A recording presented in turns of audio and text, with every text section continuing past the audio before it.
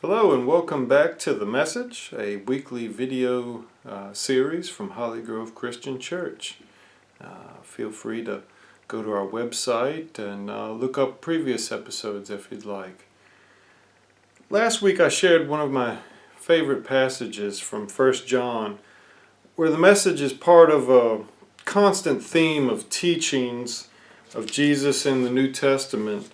That God is love, and those who know, or rather abide in love, abide in God, and God abides in them. So what then is love? The Apostle Paul, famously, gives us sort of a list of traits of this love, and we find it in his first letter to the church at Corinth.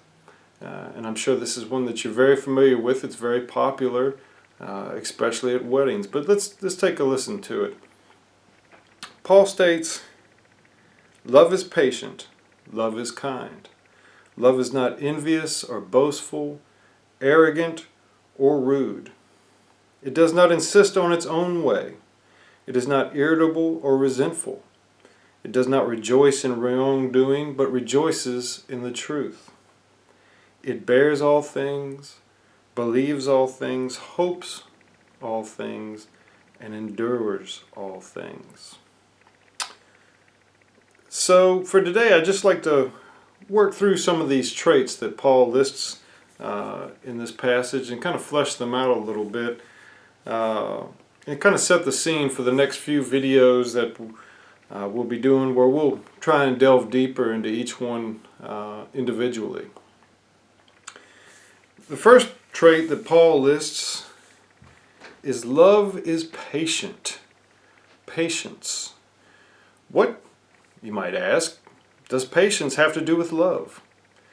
But the better question to ask is how does impatience hinder our ability to show other attributes or other traits of love, such as kindness, compassion, humility, and so on? You know, we become impatient when things do not happen or people don't act in the manner or the timeline that we think they should. And this can lead to frustration, and frustration often leads to anger. In a world and society where busyness for the sake of busyness is encouraged, and the importance of me and mine takes more importance over you and yours or ours, patience is often a rare virtue and one that can be difficult to grow within ourselves. The second trait is love is kind. While smiling and greeting people and having good manners is often the first thing that we think of when we hear the word kind, we all know that it's a bit more deeper or more complex concept than just that. An examination of the Greek word used in Paul's letter and further context in the New Testament as a whole brings forth the idea that kindness is tied or is composed of compassion and mercy and the action of compassion and mercy. True kindness is having a merciful and compassionate attitude towards others. It's looking at life from their perspective and how they might possibly be thinking or feeling, and then reacting or acting to help in a way that we would like to be helped if our roles were reversed. Kindness. Now, the last four traits, or the four traits that Paul lists as not being from love, I'm going to break those down into two groups. The first is envy and boastfulness. Envy, also commonly known as jealousy, is a dangerous, and very frequent trap. It's easy for us to fall victim to becoming envious of a friend or a neighbor or a coworker who maybe has a bigger house, a shinier new car, or gets a promotion. we may be compelled to feel that we too should have those things, and maybe come up with scenarios in our mind as to how those people, unfairly achieved those things or got them through some devious means. However, a Christian way of thinking, a thought process based in love, should lead us not to envy the success of someone else, but to share in and congratulate their success as our own. What is good for my neighbor is good for me also, is a simple way of putting it. Now, this doesn't mean you shouldn't or can't resolve to find success on your own. It just means that don't let the good fortune of others be a hindrance to your own fortune and success. It's pretty simple. And envy and jealousy is just like a gateway to all sorts of other sinful actions and feelings. Now, the flip side of this envy, jealousy coin is boastfulness. When things are going well, don't brag about it. Don't flaunt it.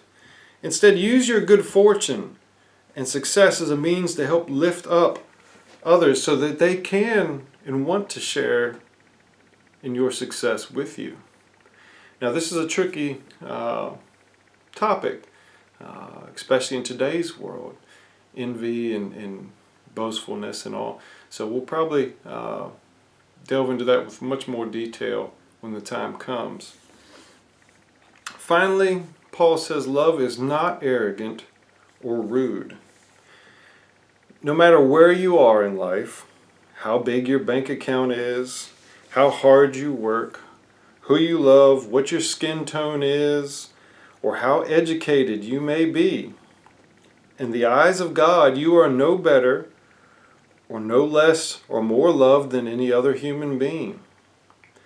Arrogance is a trait of the root evil of selfishness, regarding yourself as more important and more valuable than another. Rudeness often stems from arrogance and is, I guess you could call it the anti-kindness, which makes sense. I'm sure most of you have probably figured that out, but rudeness is not anything close to kindness. When we're rude to people, we do not take in or consider their perspectives, their feelings, or their well-being. We don't have that compassion, that mercy. Now, I know this is not a comprehensive list of all the traits and non-traits of what love is and isn't, but it's a good place to start the conversation. And I want you to think about what other traits that might be part of love, of the divine love spoken of in the Bible. What are some other traits?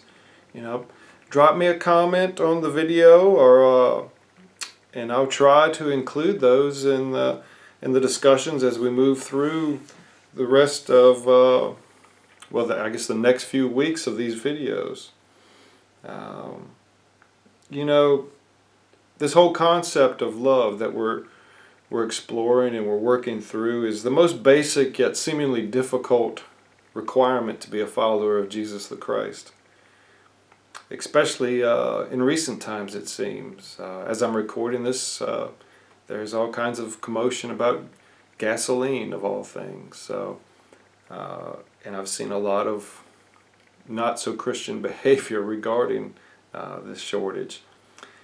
But that said, I'd like to leave you with this admonition or benediction, whatever you would like to call it, from James. James says, "You must understand this, my beloved. Let everyone be quick to listen, slow to speak, slow to anger. For anger does not produce God's righteousness." Love is the only way to connect heaven and earth and to fix this broken world and bring a lasting peace in the kingdom of God. So, love, spread it around. Thanks. See you next week.